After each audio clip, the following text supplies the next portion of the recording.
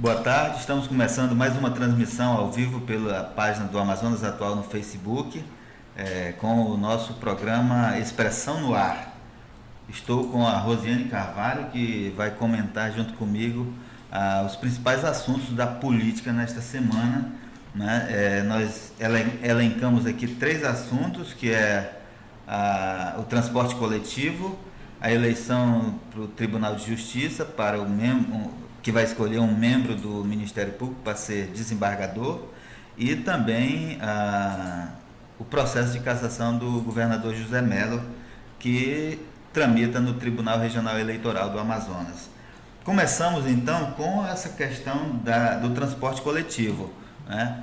Ontem à noite, depois de incêndios a ônibus, 2 ônibus foram incendiados e outros 2 houve tentativa de incêndio nesses veículos. Os empresários de ônibus retiraram a frota das ruas, a população ficou sem ônibus e nesta manhã o prefeito em exercício, Marcos Rota, reagiu, disse que o ato foi um ato irresponsável das empresas, inclusive ameaçou com a suspensão do reajuste da tarifa se atos desse tipo voltarem a ocorrer em Manaus. Boa tarde, Rosiane. Boa tarde. A cidade está tensa, pegando fogo, né? E as pessoas estão sofrendo as consequências aí dessa crise do sistema de transporte público, que é uma crise que ela não é de agora, né? Mas ela tem sempre momentos de pico e nesse momento intensificada pela crise política, né, que vive o governo do estado e a prefeitura de Manaus. Exatamente. O Sinetran hoje de manhã deu entrevista e depois conversou na reunião com a prefeitura também, tentou jogar a culpa, né, da paralisação de ontem à noite aos motoristas, dizendo que os motoristas começaram a recolher os ônibus para as garagens, como se as empresas não tivessem nenhum controle sobre isso, né? Depois ficou claro que, na verdade, foi uma determinação do Sinetran. O prefeito Marcos Rota, o prefeito em exercício Marcos Rota, disse que conversou com o secretário de Segurança Pública, Sérgio Fontes. O secretário orientou o Sinetran para que não retirassem os ônibus de circulação, né? A secretaria ia reforçar a segurança nas ruas, mas mesmo assim eles retiraram os ônibus e deixaram a população na mão, né? Pois esse é um ato que a gente, pelas declarações que vão sendo feitas logo depois de momentos muito tensos desse, que sempre quem perde em maior grau é a população, né? A gente vê uma tentativa de se distanciar da responsabilidade sobre essa questão, né? Um jogando para o colo do outro. Circulou hoje aí um áudio do representante do Sinetran dando a indicação de recolhimento, né, dos ônibus ontem à noite, uma hora antes, né, desses ônibus serem recolhidos, né, 10 horas da noite. A gente viu ontem em Manaus uma cena terrível, caótica nas ruas, né, as pessoas, estudantes, trabalhadores, que não tinham como retornar para suas casas e muito irritados com isso, com essa situação e com muita razão, né? No dia a dia, o transporte público já é uma questão que maltrata muito a vida das pessoas, mas em momentos como esse, a situação tende a ter outras repercussões. É o que a gente está vendo hoje aqui na Câmara de Manaus, onde está ocorrendo uma audiência, que foi convocada pela própria prefeitura, né? Na terça-feira, ao anunciar o aumento do valor da tarifa para R$ 3,80, o segundo aumento em menos de um mês. E em função dessa crise toda, o prefeito em exercício, Marcos Rota, em reunião com os empresários, não está presente nessa audiência, mas ali na frente se tornou um foco ali de briga, estudantes, seguranças da Câmara, promovendo mais algumas cenas chocantes relacionadas a esse assunto. Pois olha, uma das coisas, voltando a essa questão do Sinetran, uma das coisas que irritou a prefeitura, né, isso nas declarações do Marcos Rota, nas entrevistas que ele deu hoje de manhã, é que o Sinetran tomou essa decisão de recolher os ônibus para as garagens sem consultar ninguém, sem comunicar a SMTU, pegou todo mundo de surpresa, né? Foi um ato irresponsável, né? Irresponsável e unilateral, né? Quer dizer, as empresas são concessionárias do serviço, né? Claro, são donas do ônibus, mas é uma concessão pública, né? Se elas não têm autonomia para tirar... O gestor precisa ser comunicado de um ato tão grave como esse, que é a retirada de ônibus antes do horário, e exatamente no horário em que as pessoas, os estudantes, estão voltando das faculdades e das escolas, né? Agora, politicamente, é uma questão, é uma situação de teste, né? De um grande teste para o gestor que está em exercício na prefeitura, em função do licenciamento do prefeito Arthur, que está se tratando, né, de uma doença fora de Manaus, e é um teste muito grande para o Marcos Rota, e esse é um constrangimento muito grande, porque as empresas tomam a decisão sem comunicá-lo e deixam a população nessa condição de completa desassistência, né, nessa questão do transporte público. Então, o Marcos Rota disse na entrevista também hoje de manhã que jogar a culpa para os motoristas e cobradores a prefeitura não vai aceitar, né? Havendo então atos desse tipo, novamente, a tarifa que deve subir amanhã, no sábado, né, para R$ 3,80, seria cancelada, segundo o prefeito em exercício. A gente falou aqui com algumas pessoas ligadas à prefeitura, e elas indicaram que o prefeito Arthur, mesmo não estando presente em Manaus, está em contato com a equipe, com o prefeito em exercício, e essa fala, essa indicação do prefeito em exercício, Marcos Rota, não seria assim distanciada do que o prefeito pensa a respeito da ameaça de suspensão, né, do decreto que de fato aumenta o valor da tarifa para R$ 3,80 caso as empresas não deem aí sinais de que estão sob controle e que a população não venha sofrer novamente essa ausência do transporte, esse apagão do transporte. Olha, essa questão do transporte, ela vem se desenrolando aí, né? Muita polêmica em torno disso, em torno da tarifa. O governador retirou aí o subsídio da tarifa, né? A prefeitura tirou parte do subsídio também e deixou a tarifa teve que ser aumentada aí para R$ 3,80, e agora a SMTU tenta mostrar a planilha que justifica esse valor de R$ 3,80, né? É uma tarifa que até o mês passado custava R$ 3,00, passou para R$ 3,30 no final de janeiro, e agora vai para R$ 3,80 com a retirada dos subsídios. Isso gerou uma discussão política, né, um embate político entre a Prefeitura de Manaus e o governo do estado, e ontem, quando os ônibus começaram a ser retirados, havia uma tentativa também de culpar o governo pela falta de segurança, né?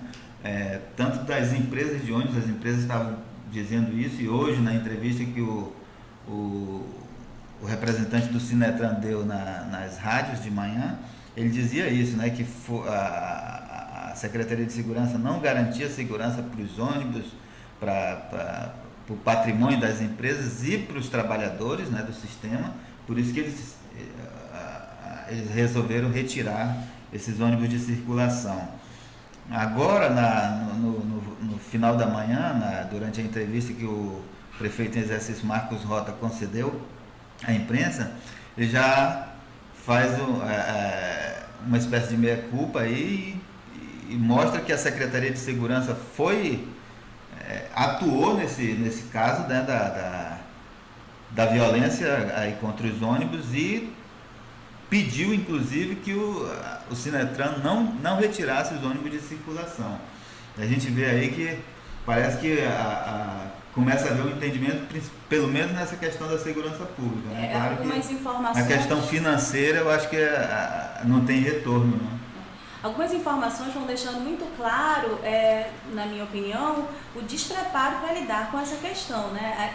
Em um momento de extrema crise, é preciso que todos estejam em alerta, monitorando essas possibilidades, né, de retirada do transporte coletivo, da paralisação dos ônibus mesmo, tanto por ameaça dos trabalhadores, né, porque não é a primeira vez que há uma paralisação em Manaus, toda vez que acontece algum homicídio, alguma questão que indique aí a falta de segurança dos trabalhadores, o sindicato promoveu paralisações, né? Dessa vez, o próprio Sinetran toma esse ato em função da queima de 4 ônibus, né, nos últimos 2 dias. Então, a gente percebe um desencontro de informações e depois correções. No frigir dos ovos, em resumo, há um despreparo para lidar com esse assunto de frente, né? A gente viu a semana toda, nós fomos testemunhas oculares, acompanhando manifestações públicas dos políticos da Prefeitura e do Governo do Estado que retiraram o subsídio do transporte coletivo, promoveram esse aumento para R$ 3,80, que vai sair diretamente do bolso do usuário do transporte coletivo. Não que com o subsídio não saísse do bolso, porque todos nós bancamos também, né, com as contribuições, com os impostos e tudo mais, mas esse sai diretamente do bolso daquelas pessoas que estão, digamos assim, financeiramente em uma condição mais complicada nesse momento de crise, né? Então, a gente assistiu essa troca de acusações, de brigas, uma rinha política muito grande, que não tem mais justificativa num momento como esse, né? Será que a Prefeitura e o Governo do Estado ainda vão prolongar ainda mais esse distanciamento, essa possibilidade de diálogo em busca de uma solução para essa questão? A paralisação de ontem vai ser investigada, né? Então, a Polícia Civil deve abrir inquérito para apurar as responsabilidades, tanto das pessoas que estavam queimando os ônibus, quanto da paralisação do sistema que está sendo investigado. Essa queima dos ônibus, essas informações que vieram, são todas muito estranhas mesmo. Primeiro foi uma pane que promoveu aquele incêndio, e depois foi seguido de um assalto. São informações realmente ainda que são muito nebulosas e difíceis de compreender o que está motivando essa desestabilização maior ainda, né? Exato. Vamos passar para o nosso segundo tema, que é a eleição de um dos membros do Ministério Público para ocupar uma vaga de desembargador do Tribunal de Justiça do Amazonas. Ontem houve a eleição entre 12 candidatos, né, que estavam disputando a vaga, a eleição pelos membros do Ministério Público. Esses 12 candidatos, membros do Ministério Público, foram votados pelos próprios membros, né, por procuradores e promotores, e dali saiu a lista sextupla, né? São 6 nomes que vão agora submeter à votação dos desembargadores. Os desembargadores vão escolher 3 nomes e esses 3 serão encaminhados para o governador José Mello, que é quem decide quem vai ser, então, o desembargador entre os membros do Ministério Público. Isso é um rito todo específico mesmo para a escolha de membros do Tribunal de Justiça do Amazonas, né, que é um cargo vitalício. E às vezes atrapalha aí o raciocínio, a compreensão, né, das pessoas que não estão acostumadas a acompanhar mesmo como é que se dá essa escolha. Primeiro, o Ministério Público faz uma eleição interna, onde os próprios membros do Ministério Público indicam aqueles que eles consideram que são os que deveriam assumir e ascender nessa questão da profissão, né? Eles vão sair da função de membro do Ministério Público para integrar o Tribunal de Justiça, para serem julgadores. E aí escolheram, né, e formam a lista sexta a partir dos 6 mais votados. E aí a gente teve um resultado que ontem surpreendeu até mesmo as pessoas que estavam acompanhando de dentro do Ministério Público, né, esse resultado, porque se esperava que o Fábio Monteiro, havia uma aposta muito grande que o atual Procurador-Geral de Justiça, o promotor Fábio Monteiro, fosse receber uma votação muito expressiva, já que ele veio de uma eleição recente, né, para a PGJ, Procurador-Geral de Justiça, com uma votação com mais de 100 votos. E ontem ele recebeu 28 votos, 2 a mais, né, que o segundo colocado, que foi o procurador Hamilton Saraiva. Outra questão que deixou as pessoas... quebrou a expectativa que se tinha para essa eleição é que a maioria dos eleitores, digamos assim, do Ministério Público são promotores, né? O número de procuradores é muito menor, acho que menos de 20 procuradores, né?